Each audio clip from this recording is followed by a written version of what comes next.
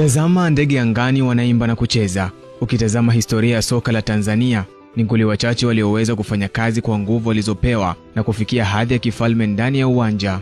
Mmoja wa nguli hao walioweka alama isiyofutika katika kitabu cha maendeleo ya soka la Kiswahili ni Abdallah Athumani Seif King Kibaden, nyota aliyefanya maajabu makubwa katika klabu ya Simba na kwenye soka la Tanzania kwa ujumla. Abdallah Kibaden alizaliwa mnamo mwaka 1955 katika mazingira ya kawaida kabisa, baba yake akiuza mkaa na magazeti kuhakikisha mikono ya Kibaden na ndugu zake inafika kinywani.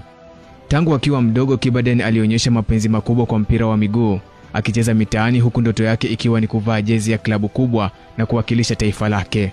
Haikuchukua muda mrefu kabla ya kipaji chake kugunduliwa. Hatimaye akaingia katika medani ya ushindani, akiibukia Simba Sports Club.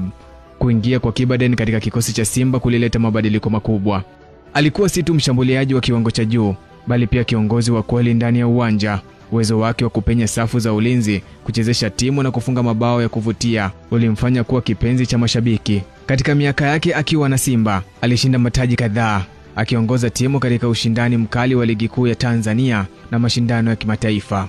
Kibaden aligeukia kuwa nembo ya Simba, jina lake likiimbwa kwa fahari na mashabiki kila alipokuwa uwanjani. Siku ya Jumanne tarehe 19 ya mwaka 1977, wakati baba wa taifa Julius Kambarage Nyerere akikwaruzana na Idi Amin Dada wa Uganda kuhusu eneo la Kagera, ndio siku ambayo Abdallah Athumani Seif Kibaden aliweka rekodi inayoishi mpaka hii leo kwa kufunga hat-trick kwenye dabi ya Simba na Yanga, mechi ambayo Simba aliondoka na ushindi wa bao 6 huku watani wao wakiambulia 0.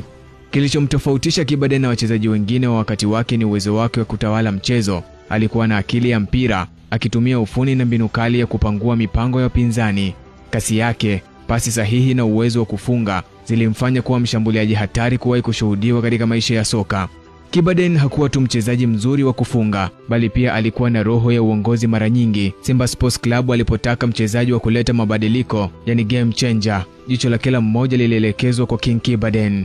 Mafanikio yake hayakuishia uwanjani pekee. Aligeukia kuwa mfano wa kuigwa kwa wachezaji wachanga waliotamani kufuata nyayo zake kwa kufundisha namna ya kusakata burudani safi ya kabumbu. Alionyesha kuwa kwa nidhamu, bidii na kujituma, mtu anaweza kufanikisha ndoto zake.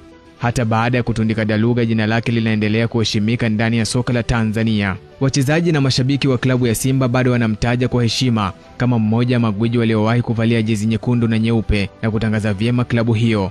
Abdallah Athumani Seif King Kibaden sio jina la kawaida katika soka la Tanzania, ni jina linalobeba hadithi ya mafanikio, kujituma na ushindi. Hakika ukiketi vyema na wazee watakusimulia Tanzania iliwahi kushuhudia nyota, lakini wachache walikuwa na mwangaza kama King Kibaden. Alikuwa mfalme wa kweli wa soka. Urithi wake utaendelea kuishi vizazi na vizazi. Muchos gracias mi hermano, merci beaucoup gwiji wa dimba mfalme Kibaden. Mchango wako hautasahaulika kwenye maendeleo ya soka la Tanzania. Imeandikwa na Bakari Chimpanga na kusoma kwako na Hamis Twahiru. Shukran berber.